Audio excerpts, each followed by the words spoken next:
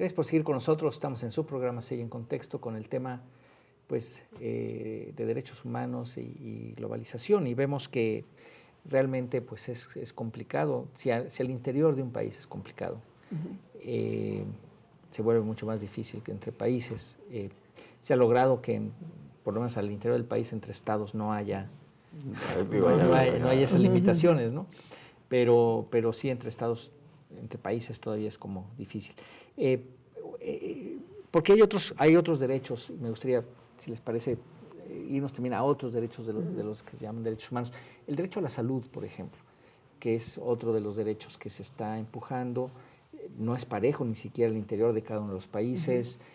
Bueno, va a ser mucho más difícil que se vuelva una cosa global. Y ahí sí, por ejemplo, ¿quién paga, no? ¿Quién paga por los servicios médicos, por ejemplo? ¿Cómo ven ustedes eso? El derecho a la salud. ¿Es un derecho humano? ¿Es un derecho social? ¿Es un derecho? ¿Qué implica ese derecho? Uy, sí, eso sí es una pregunta muy amplia y no tan fácil en cierta forma de contestar. Mira, yo creo que sí, todos deberíamos, bueno, primero que el derecho a la salud es un derecho humano. Porque inclusive los derechos sociales, etcétera, son ya vistos como derechos humanos, ¿no? El derecho que tenemos como ser humano. Entonces, sí, la salud es precisamente eso. Y yo creo que al menos los estados tendrían que dar como estado de bienestar cierto nivel mínimo de salud o acceso a servicios de salud para toda la población. Y obviamente se tendría que pagar por medio de impuestos, etcétera, etcétera. Que toda la población también paga. Exactamente, pero ese es otro tema. Ahora, yo creo que hay un cambio cuando, ¿cómo decirlo? Si el Estado va a generar cierto tipo de disciplina en términos de biopolítica, es decir, cómo manejar a la población para que sea sana, etcétera, etcétera, pero también obligarnos, por ejemplo, de hacer ejercicio 12 horas a la semana. ¿Dónde está el equilibrio? ¿Cuál es mi derecho y cuál y mi obligación? ¿Tengo que realmente ir al gimnasio 12 horas a la semana? Y si me da flojera, ¿qué hago? ¿No? Entonces, ahí sí es el punto donde yo creo que va a haber unos problemas. Ya lo hemos visto bueno, las campañas contra el humo, o de fumar, el alcohol y alcoholismo.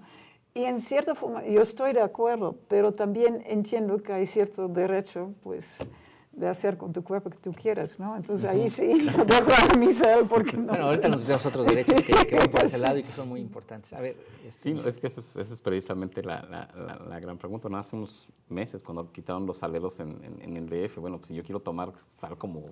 La puedes pedir, ¿eh? La puedes pedir, pero no te estés en el salero ahí. Pero el simple hecho de eso ya está, hasta como cierto punto, bueno, yo quiero morirme de hipertensión porque me gusta la sal, ¿no? En teoría tendrías el derecho a decidir por ti cómo quieres hacerlo, ¿no? Pero si pasamos a la otra parte, a la cuestión de salud, pues todas las cosas que tiene que ser una persona hipertensa o que tenga diabetes o que tenga bla, bla, bla, bla, bla, pues sí cuesta al Estado. Y nos cuesta a todos. No nada más al Estado, sino a las personas, bueno, a todo, ¿no? Como familiar, que tengas un familiar enfermo, todo lo demás. Pero sí debe de existir como dice Marian, un mínimo de que debe ofrecer el Estado para ciertas enfermedades, ¿no? Pero tampoco puedes llegar a un control biológico completo, ¿no? Sí. Porque también ahí entraríamos en otro tipo de... Pero, por ejemplo, lo que dices digo, los derechos normalmente conllevan obligaciones. Claro, algún tipo de obligación. Algún tipo de obligación. Y esta puede ser o bien monetaria o bien hacer ejercicio para, ¿no? Sí. Bueno, fue un ejemplo, ¿no? Bueno, pero entiendo que en tu país, en Holanda, si no estoy mal, me decían que, por ejemplo, el seguro dental, que lo tienen, es válido siempre y cuando vayas a una revisión cada 6 meses. Si no vas a tu revisión, ya no te cubre el seguro. no suena mal, la verdad no suena mal, porque entre más vayas, pues es más preventivo y menos resolutivo, vamos, correctivo, y por lo tanto sale muchísimo menos caro. A mí no me parece mal, la verdad, y yo creo que todo el mundo debería haber ese tipo de obligaciones también, ¿no? No solamente económicas, sino también de comportamiento. Pero bueno, efectivamente nos mete a otro tipo de problemas éticos y problemas filosóficos incluso. El derecho a la vida, el derecho a la muerte digna. ¿Cómo lo ven ustedes? Ay.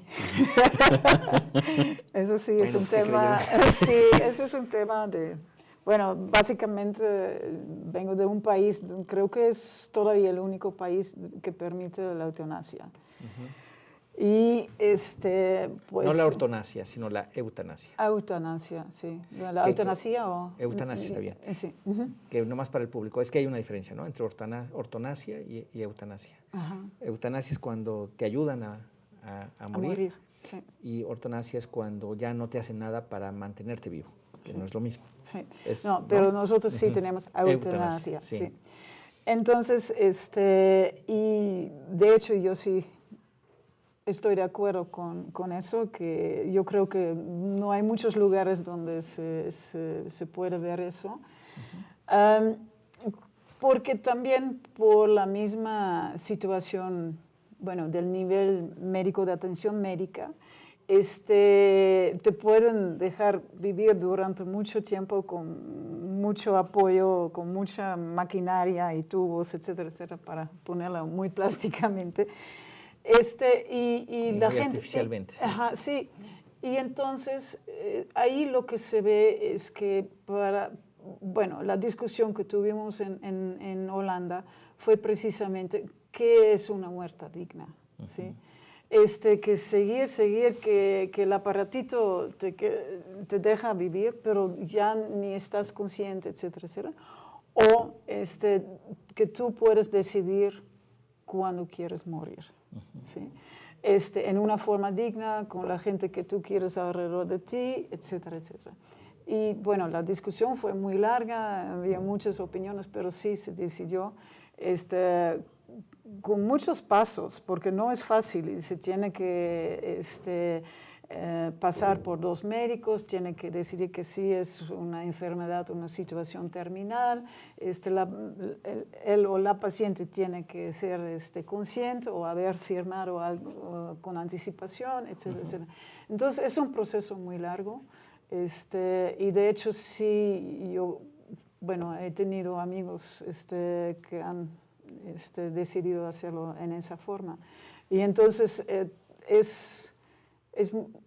también para la gente alrededor es muy diferente, porque sabes cuándo va a pasar y pues personalmente es muy complicado. Sí, yo sé. Sí. Bueno, perdón, me metí un tema medio canijo, pero bueno, Misael, a ver, ¿tú cómo ves? Porque la eutanasia, esta cosa de donde dices, bueno, ya no quiero que me haga nada, hay un cambio legislativo también interesante en el Distrito Federal, creo que eso no está más que en el Distrito Federal y no sé si en algún otro estado, en donde tú puedes adelantar tu voluntad, es decir, firmar ante notario y decir, yo no quiero que me entuben, yo cuando tenga cierta condición ya no quiero irme al hospital, me quiero morir en mi casa. No es que te ayuden a morir, pero sí estás evitando que te metan la maquinaria plástica de ahí. Y eso ya se está dando, eso sí está ocurriendo en la Ciudad de México. Conozco gente que ya ha firmado con notario, yo mismo lo voy a hacer muy pronto, porque sí me parece muy importante el poder decidir ese tipo de cosas cuando está uno bien, no cuando está uno mal, ¿no? O cuando alguien más tiene que decidir por ti y se vuelve muy complicado. Sí. Pero bueno, ¿es un derecho, es de estos derechos humanos o no? Si decías tú, bueno, tiene que decidir, tener derecho a decidir hasta cuándo quiere vivir. Digamos, en el extremo siempre yo creo que sí. O sea, porque al final de cuentas, como persona puedes decidir lo que tú quieras de tu propia persona, ¿no? A menos de que, vamos, seas un infante que en términos reales también no deciden por ellos hasta cierta edad, o una persona con algún tipo de discapacidad mental, o cuando llegamos al otro lado de la cancha, ¿no? Cuando ya tu capacidad física ya no te permite vivir, pero creo que podemos considerarlo así como un derecho de donde yo quiero o cuando quiero yo dejar el mundo, ¿no? Porque también entra una relación muy complicada con tu enfermedad y con tu calidad de vida, ¿no? A la calidad de vida del que estar conectado de quien está ahí y la quien parte, está alrededor. Y de quién está alrededor. Sí. Y puede quebrarte incluso económicamente, o sea. Sí, no, fortunas se van en esas condiciones. Y aparte, bueno, las familias que están alrededor tampoco no tienen la capacidad de poder sentir lo que está sintiendo la persona que está conectada a todos esos aparatos, pasando por operaciones, tubos, oxígeno, etcétera, etcétera, etcétera, ¿no? Y no sé hasta dónde también a la hora que se llega a ese momento, cómo las personas que están alrededor no quieren dejar partir a su familiar. O quieren, pero el médico no quiere porque no lo van a acusar, ¿no? Sí, sí. De que, sí, es difícil.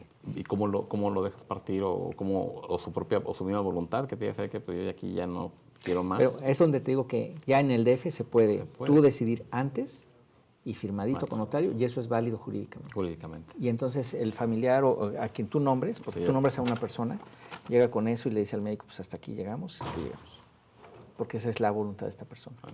Y pues yo creo que sí es una salida. Digo, es una cosa, no es lo que ustedes decían, no es eutanasia, pero sí es otra forma de, de ver.